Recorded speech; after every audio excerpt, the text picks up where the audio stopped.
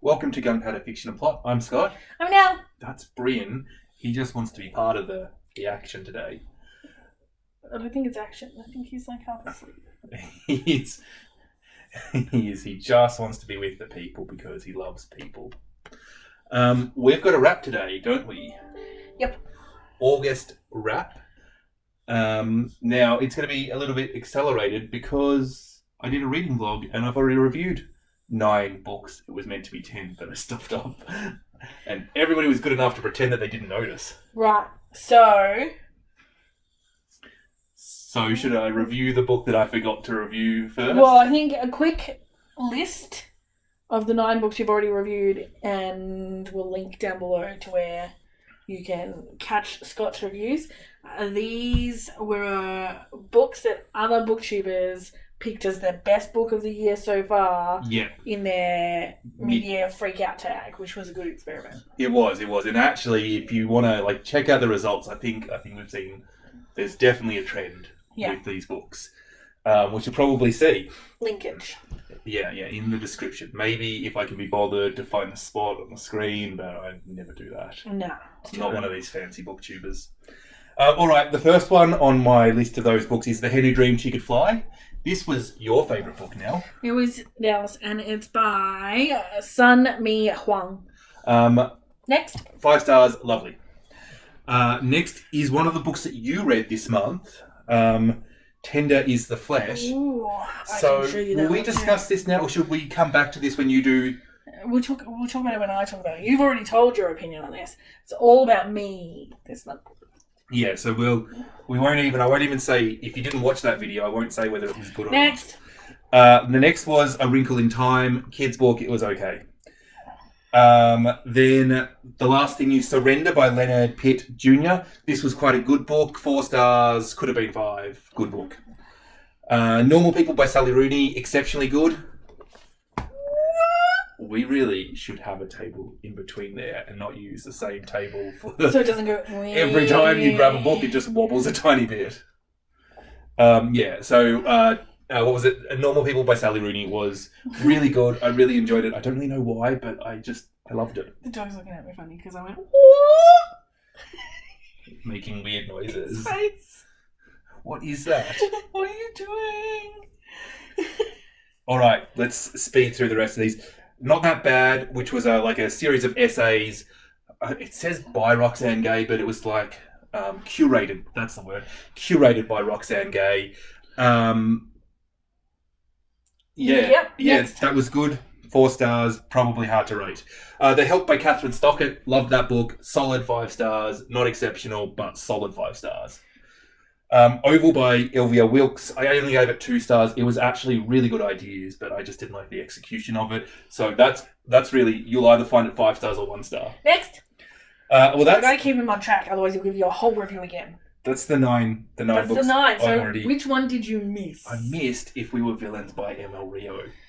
So If We Were Villains is a whole bunch of theatre kids at university training to be actors and playwrights and stuff. This is one of those dark academia. And somebody dies.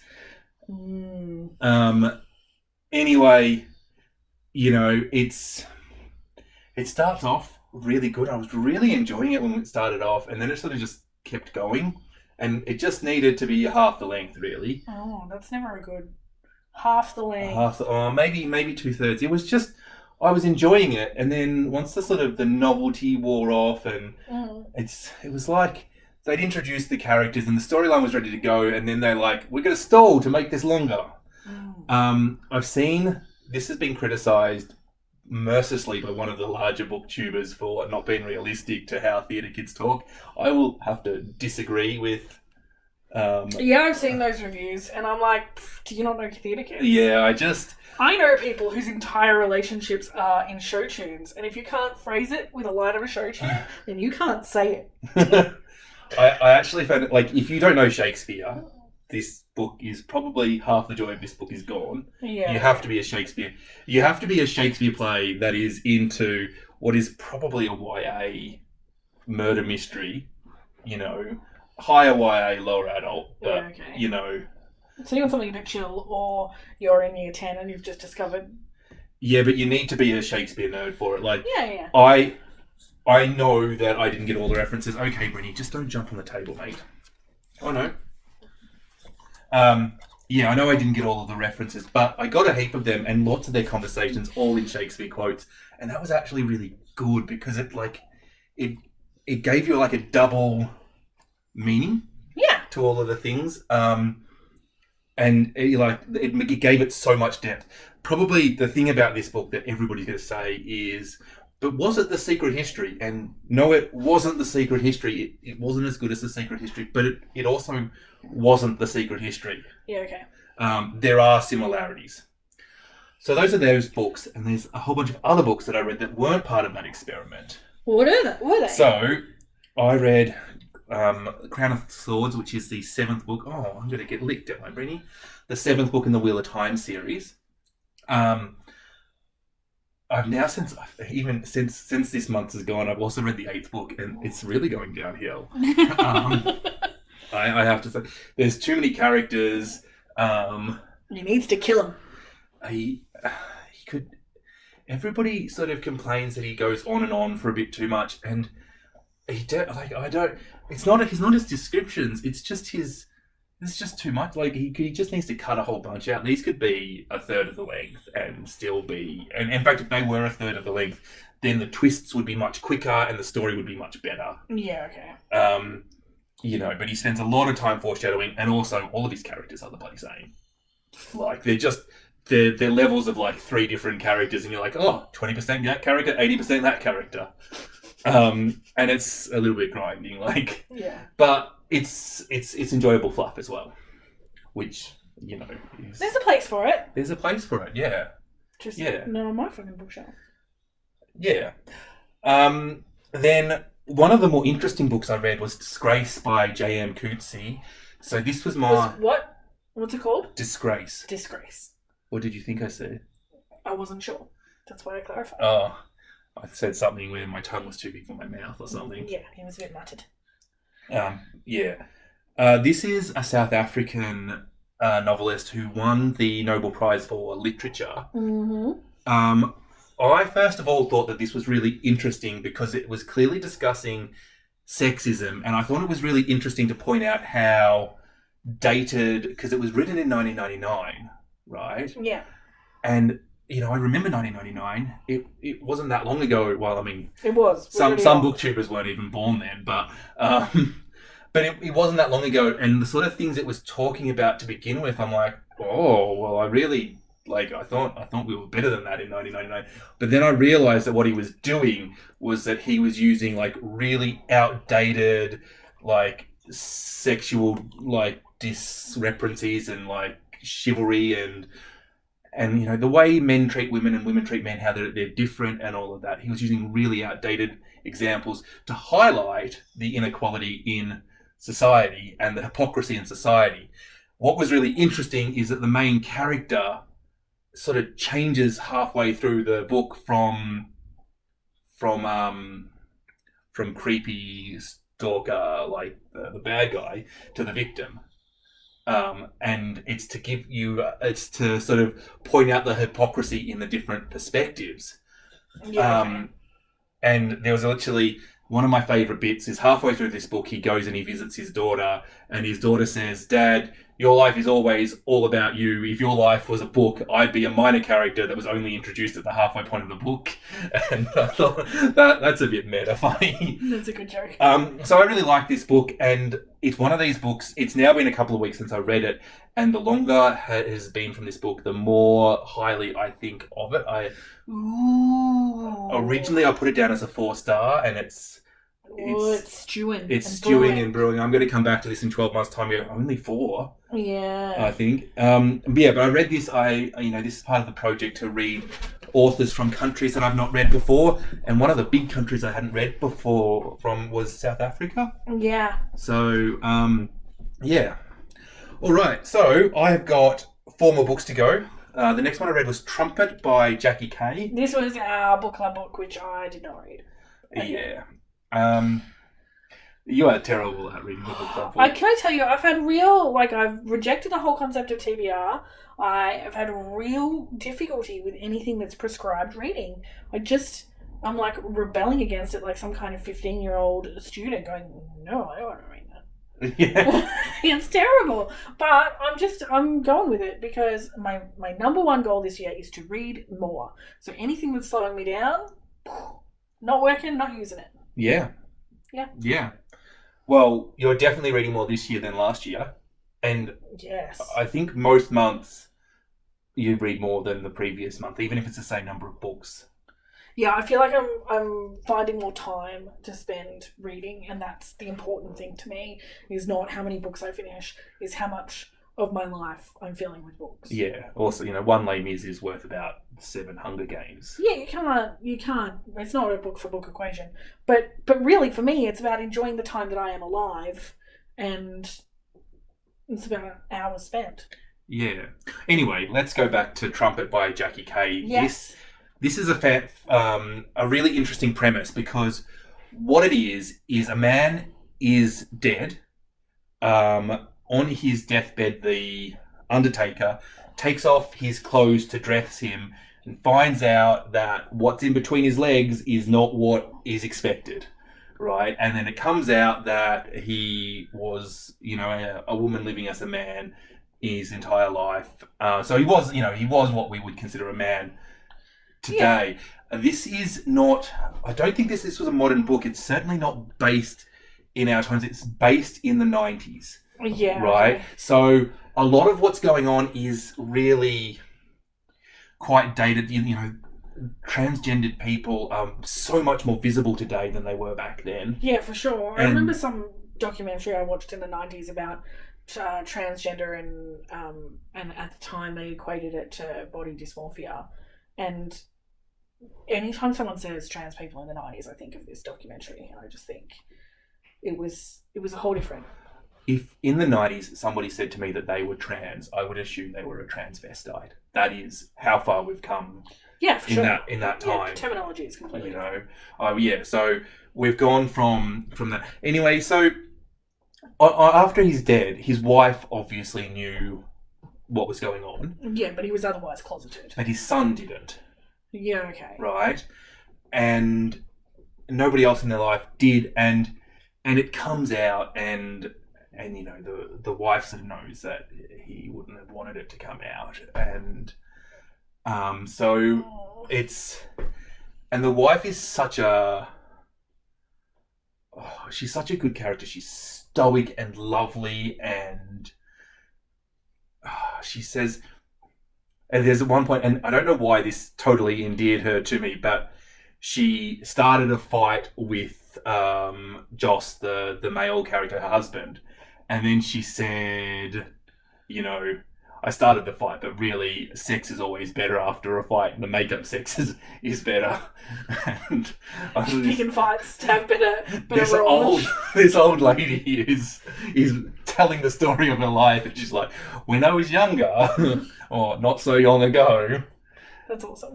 And that just made me like her more. But other than Millie, the main character, I didn't really like any of the other characters. I suspect it's probably a story where you're not supposed to. It sounds like a very uncomfortable premise, and you're probably supposed to learn and grow from it more than. I suspect it's meant to question gender identity and all of that, and for me, I'm not the concept of a trans person is not new. I'm quite comfortable with saying that whatever gender you identify with is what you are. And a lot of what has been questioned in this book is not revelatory to me. It is. I'm still very interested to read it. It's on my TBR. Yeah. So let's carry on before you get into spoiler territory. Well, my criticism of this book, I just wanted to say this. My criticism of this book is the son is so angry in this book at the father, and it just didn't seem accurate to the age of the son.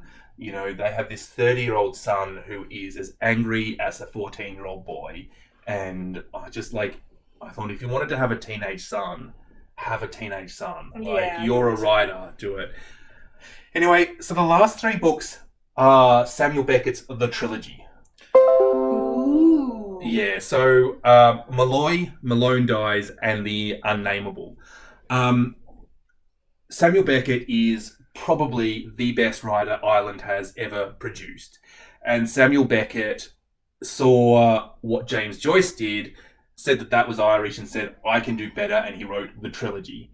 Now, I'm really flabbergasted that Ulysses is this, such a, everybody talks about Ulysses, and it's such an iconic book when the trilogy exists, because the trilogy is batshit, just like Ulysses. Let's be fair. This didn't make any sense. This went completely over my head, but this made me laugh on a regular occasion, right? The main character is potentially not the main character. I'm not sure whether we have multiple main characters or the main character changes their name, but halfway through the first book, the main character remembers his name in the first place. He constantly contradicts each other. He focuses on the wrong bit. He's, I took a step forward. It was my left leg. Oh no, was it my right leg? It was the stiff leg, the sore leg. I forget which leg it was. Anyway, it's not important to the story. Is the sort of, funny. So it is, and it can get a bit tedious and annoying that as well, but it's generally funny. He counts how many farts he does in a day, and he says, I fart a lot. It's at least 317 times, which is actually only 24 an hour, which when you work it out, it's barely 1 every 4 minutes. So frankly, I don't fart at all, So, it's absurdist. I suspect that this is sort of loosely almost based on Dante's The Divine Comedy, another book which went completely over my head when I read it. The last book is certainly The Afterworld. The first book, he is certainly alive. The second book, it's called Malone Dies. I'll give you a hint. He dies. I have no idea whether Malone and Malloy are the same character. The character in the last book is not named, but Beckett put it all together as a trilogy, so I have to assume that there's continuity, although it's exactly the sort of book that would deem continuity irrelevant and have multiple characters. This went completely over my head, and I still found some joy in it, but I gave them a mixtures of 3 and 2 stars. It was just a bit too much over my head, and a bit not... There wasn't enough humour to counteract it. I do like Beckett's humour, though. Yeah, Beckett's humour is wonderful. And one of the introductions to one of the books said, it was the last book, it said 2 things. It said, firstly, Beckett's humour is only slightly on top of his bleakness. And I thought that sums up his humour quite well.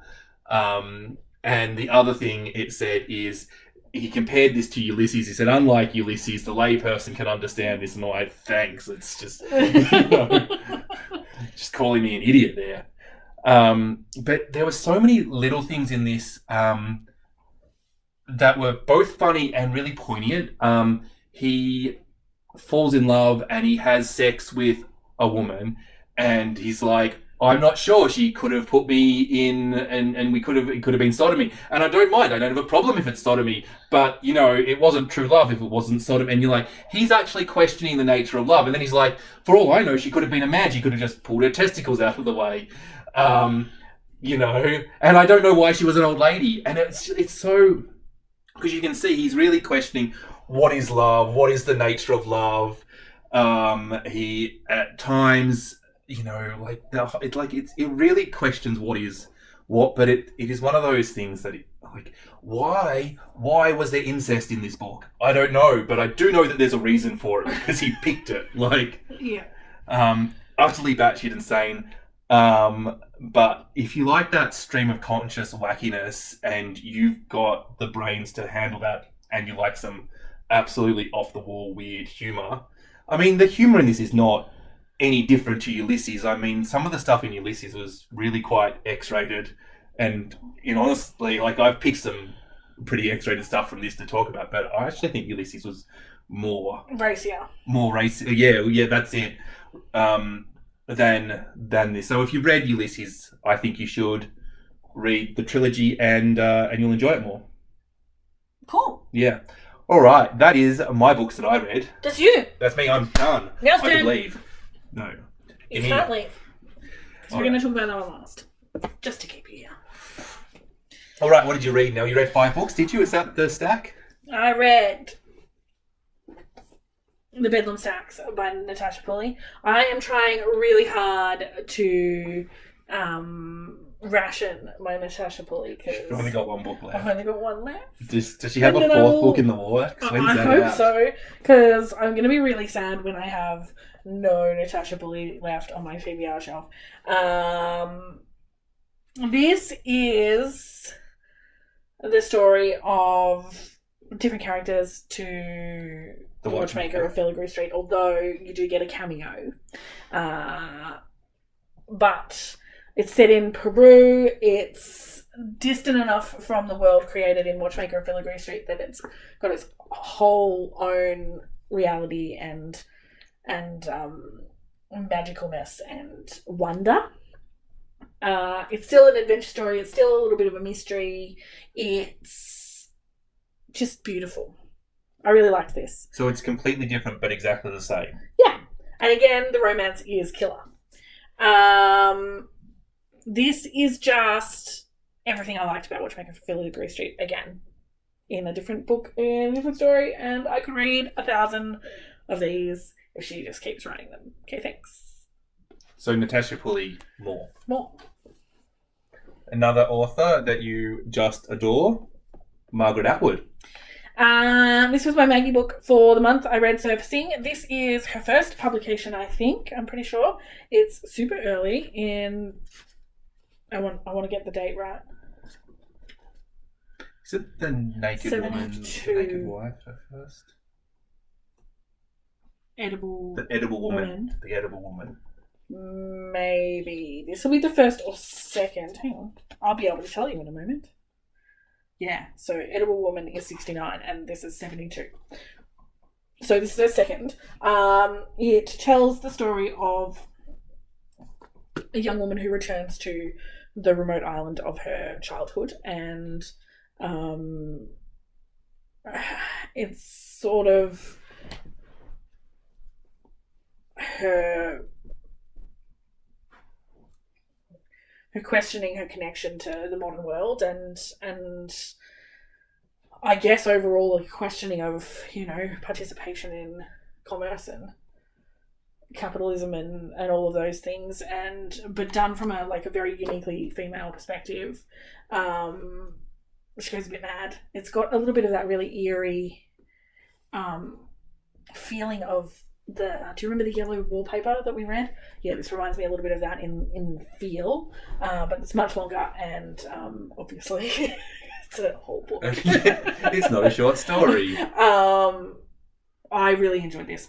I think I'm going to reread this relatively soon because I did feel like it was bigger than I was prepared for when I sat down with it, and I probably want to read a little bit of...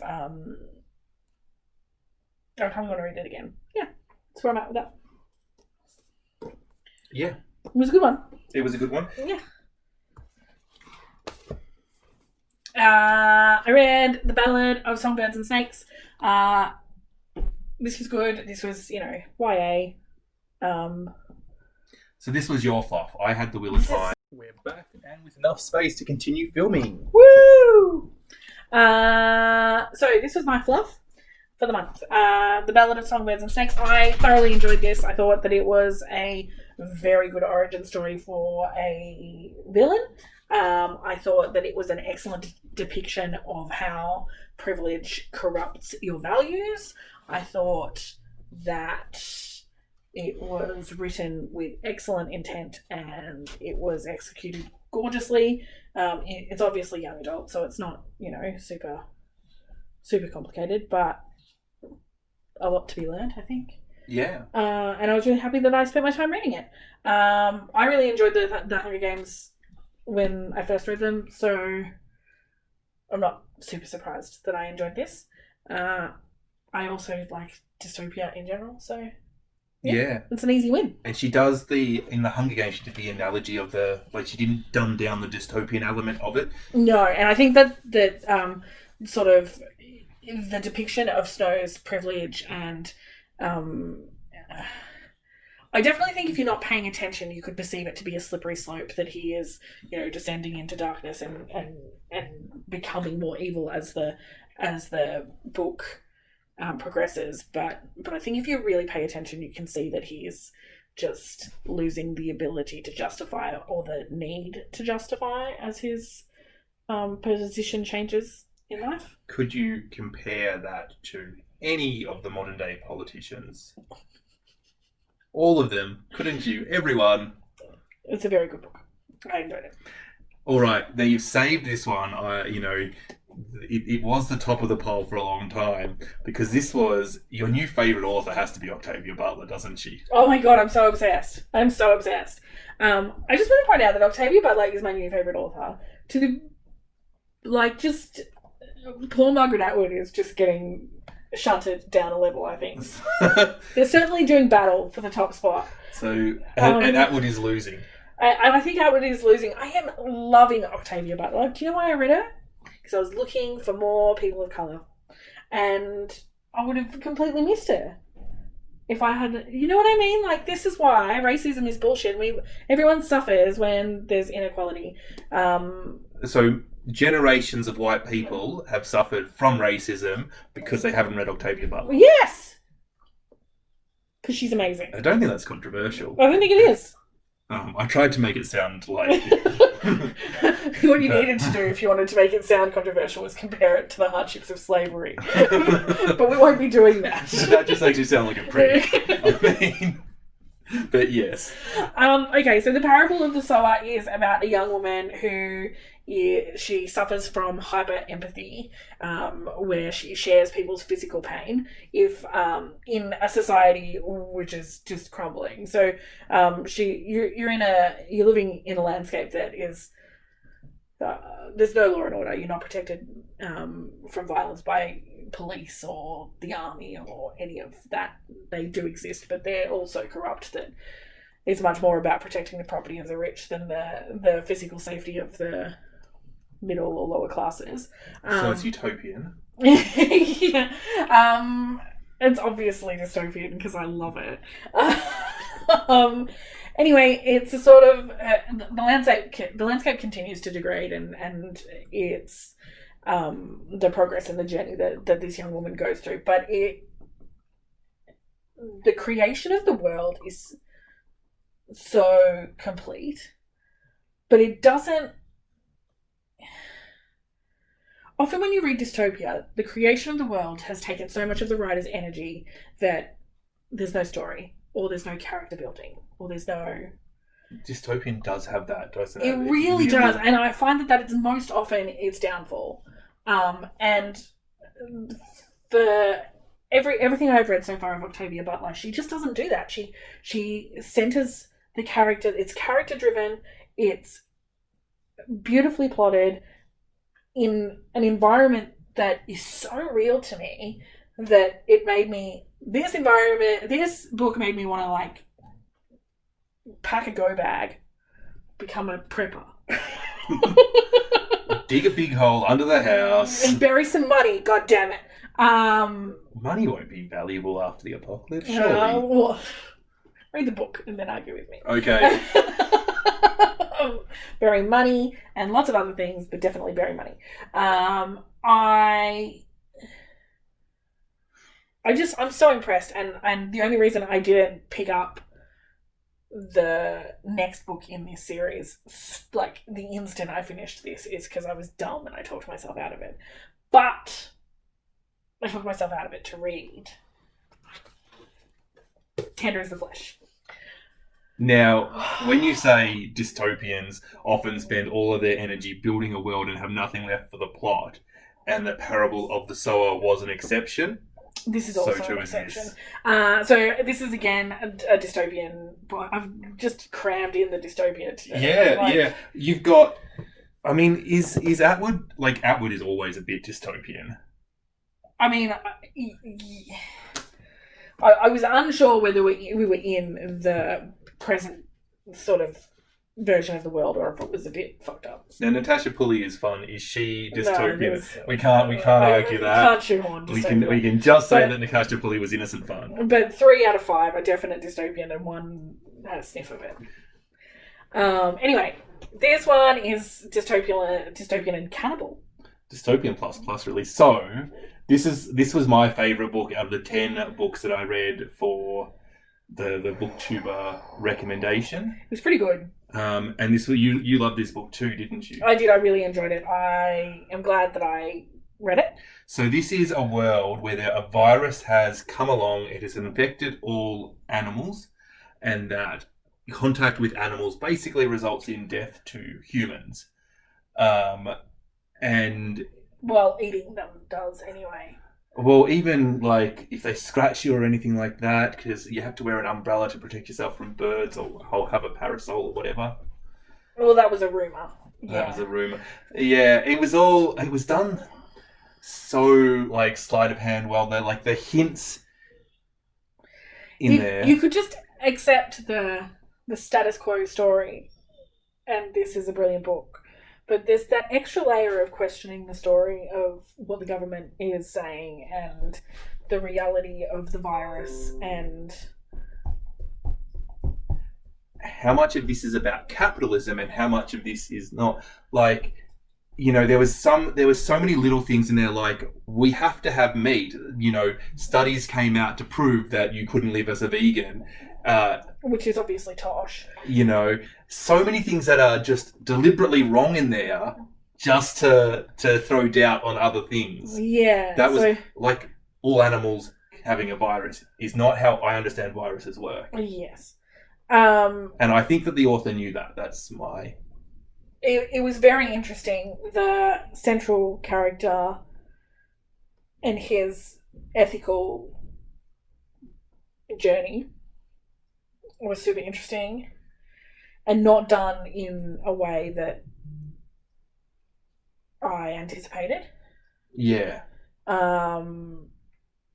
This was beautifully plotted. Again, a very immersive world. I feel like she could write a whole series of books in this world, and I would be very interested in reading every single one of them. Yes. Because there is so much more to explore in this place she has created. Yeah. Start with some new characters or pick some side characters or... Yeah, whatever you like. Just do more. More. Please more. I think... Should we do a longer discussion on this? I think this is like a proper review. Yeah, I think this is one of those that probably could do with a big pull apart and put back together. Yeah, I find it very hard now, but this is potentially my favourite book of the year so far. I don't know, got a new favourite author. It's up there. Yeah, this one, Parable of the Sower, sounded excellent. Was a really good book. I might have to read that by the sound of it. You made that sound better than Kindred. Not that I want you to compare them, because that's a really hard. I'm not very good at comparing books. I don't think that it's not apples to apples. But I think my level of enjoyment is only growing with her. Yeah, and I think that might be. It's so exciting when you find a new author that is just a guaranteed good time. It's a pity she's dead, honestly. Oh my god! But she's got a good whack of. She's known to 3-book Natasha Pulley. She's got a... Yeah, but Natasha Pulley's young. She's only like 30. She could write me lots more. She could write another, a book a year for the next decade. That would be good. Yeah, that would be good. So this one, we'll do a longer video on this. I'll read Parable of the Sower at some point, and we'll do a longer video on that too. Yes, excellent. Or maybe I'll read we'll do the double. The double whammy. The double, yeah. Parable of the Sower, Parable of Talents. My month, super successful as far as I'm concerned. I enjoyed everything I read and read heaps. It was awesome. I got 4 5-stars. That's so good. I had 5 5-star books all of last year. So that's just ridiculous. It's going to be good. That's all reading. Yeah. I want to go now so I can go read something. So thanks for watching. Let us know what your favourite book of the month was. Let us know if you've read any of those books that we've read and what you thought. Yes, if you love Octavia Butler, what should I read after I read The Parable of the Talents? what's next. Like this video if you got to this point, because if you didn't like it and you got to this point, what the fuck? Subscribe if you're still here, because we're awesome. Yeah. Bye. Bye.